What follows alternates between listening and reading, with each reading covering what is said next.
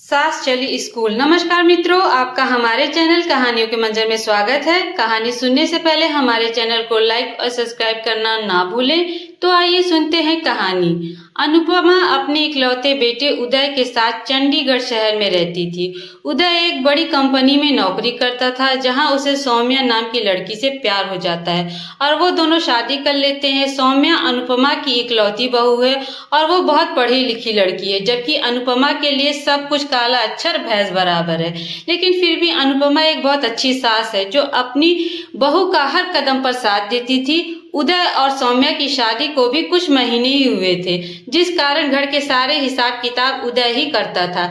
एक बार उदय को किसी मीटिंग के सिलसिले में शहर से बाहर जाना पड़ा, तो वह घर के हिसाब किताब की जिम्मेदारी सौम्या को दे जाता है।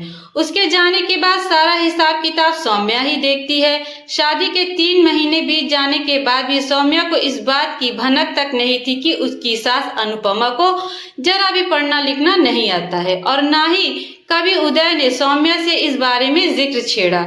एक बार जब सौम्या को घर का राशन पानी लेने बाजार जाना होता है, तो वो अपनी सास से कहती है, सौम्या माँ जी मैं राशन लेने जा रही हूँ, अगर पीछे से दूध वाला भैया अपना हिसाब लेने आए तो आप उन्हें तिजोरी से 2000 रुपए दे देना। अनुपमा, हाँ बहू, तुम निश्चित होकर जाओ, मैं दूध वाले का हिसाब कर दूंगी। अनुपमा इस उम्मीद में अपनी बहू की बात मान जाती है कि उसने अलमारी में गिनकर ही पैसे रखे होंगे, जिन्हें वो निकाल कर दूध वाले को दे देगी।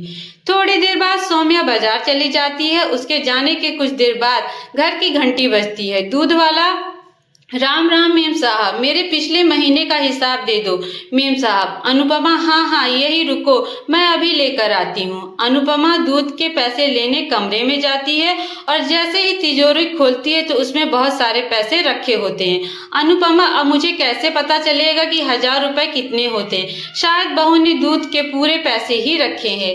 एक काम करती हूँ, या नोट की गड्डी दूध वाले को दे देती हूँ, जितना भी हिसाब होगा वो अपना आप देख लेगा।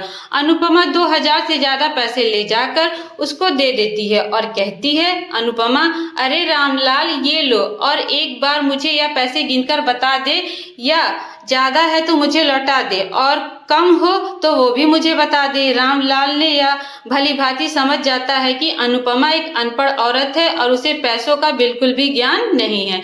इस बात का फायदा उठाकर वह कहता है, दूध वाला, माँ जी पैसे पूरे हैं, मेरे इतने ही पैसे थे, और हाँ बहू रानी से कह देना आज तक का मेरा पूरा हिसाब हो गया। इतना कहकर रामलाल वहां से चला जाता है। कुछ देर बाद सौम्या बाजार से आती है और अपनी सास से कहती है, सौम्या, सॉरी माँ जी, मुझे बाजार से लौटने में देर हो गई, आज बाजार में बहुत भीड़ थी, क्या कहूँ। अच्छा माँ जी, क्या दूध वाले भैया अपना हिसाब ले गए? आपने उनका हिसाब कर दिया? आपको कोई परेशानी तो नहीं हुई ना? अनुपमा, नहीं नहीं बेटा, मुझे कोई परेशानी नहीं हुई, और हाँ मैंने दूध वाले का हिसाब कर दिया। वो कह रहा था कि उसका अब तक का सारा हिसाब हो गया। फिर भी तुम एक बार तिजोरी देख लेना कि कहीं पैसे कम तो नहीं हुए। इसके बाद सौम्या आकर अपने कमरे में जाती है और तिजोरी खोलकर देखती है कि वहाँ पैसा कम होता है। वो आकर अनुपमा से पूछती है, सौम्या माँ जी, आपने पैसे किसी और काम से भी खर्च किए हैं क्या? वहां से पैसे जरा ज्यादा निकले हैं, बुरा मत मानिएगा, मैं तो बस इसलिए पूछ रही हूँ कि आपने कहीं उस पैसे ज्यादा तो नहीं दे दिए, क्योंकि तिजोरी में पैसे 1000 रुपए से ज्यादा निकाले हैं।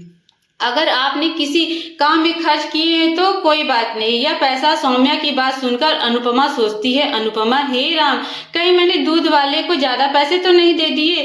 फिर वो घबराते हुए अपनी बहू सौम्या से कहती है, अनुपमा, सच कहूँ बहू तो मुझे पैसे गिनने नहीं आते, और ना मैं पढ़ी लिखी हूँ, मेरे लिए तो सब कुछ काला अक्षर भैंस बराबर। मुझे लगा कि तुमने दूध के पैसे गिनकर रखे होंगे, सो मैंने उठाकर उसको दे दिए, लेकिन मुझे क्या पता था कि वो रामलाल मुझसे दगा कर जाएगा। मैंने तो उस पर जितना भरोसा किया था, पता नहीं आज मुझ अनपढ़ के कारण तुम्हारा कितना नुकसान हो गया होगा। सौम्या जी, माँ जी, आप क्यों परेशान हो रही हैं? पैसे दूध वाले को ही तो दिए, कोई बात नहीं, अगले महीने के हिसाब में ले लूंगी। लेकिन माँ जी को एक बात बताइए, अगर आपको पढ़ना नहीं आता तो आप बात मुझसे कैसे कहती हैं? उदय ने मुझे हिसाब किताब दिया था तो मैंने बिल्कुल नहीं जानती कि हिसाब किताब मुझे मिले।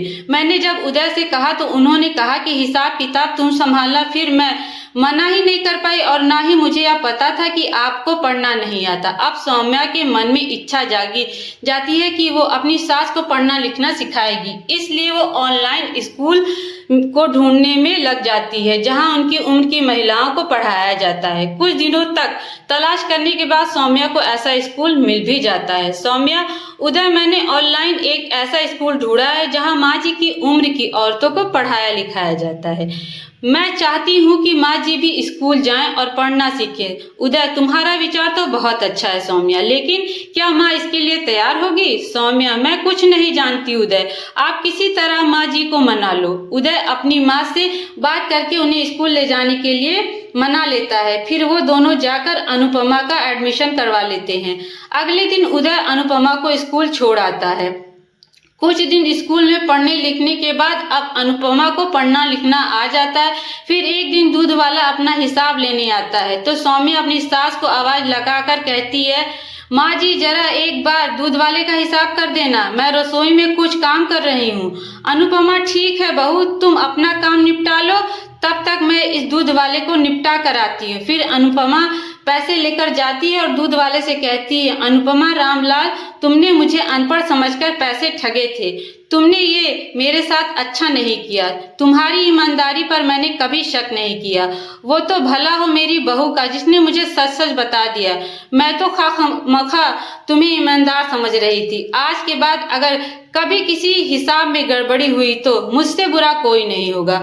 रामलाल को अपनी गलती का एहसास हो जाता है और वो अनुपमा से हाथ जोड़कर माफी मांगते हुए कहता है, दूध वाला, मुझे माफ कर दीजिए मेम साहब, इतने नोट देकर मैं लालच में आ गया था, इसलिए झूठ बोल दिया। आगे से ऐसी गलती नहीं होगी। अनुपमा आंखों में आंसू लिए रसोई में आती है और अपनी बहू से कहती है, अनुपमा, सौम्या बहू, आज सिर्फ तुम्हारे कारण मुझे इतनी हिम्मत आई जो मैं ये हिसाब कर पाई। आज मुझे पढ़ाई की अहमियत समझ आ गई। बहू, पढ़ाई करके जो आत्मविश्वास और समाज में इज्जत मिलती है उसका भी अपना ही मजा है। तू मेरी बहू नहीं, मेरी बेटी है। भगवान तुझ जैसी बहू हर किसी को दे। सौम्या, माँ जी, ये सब आपकी मेहनत का ही नतीजा है जो आपने समाज की परवाह किए बिना पढ़ाई जारी रखी। मुझे गर्व है कि आप मेरी सास है। दोनों सास बहू आंखों में खुशी लिए आंसू के एक दूसरे के गले लग लेती हैं। इस कहानी से आपने क्या सीखा, नीचे कमेंट में जरूर बताइएगा। आज की कहानी यहीं पे समाप्त होती है। धन्यवाद।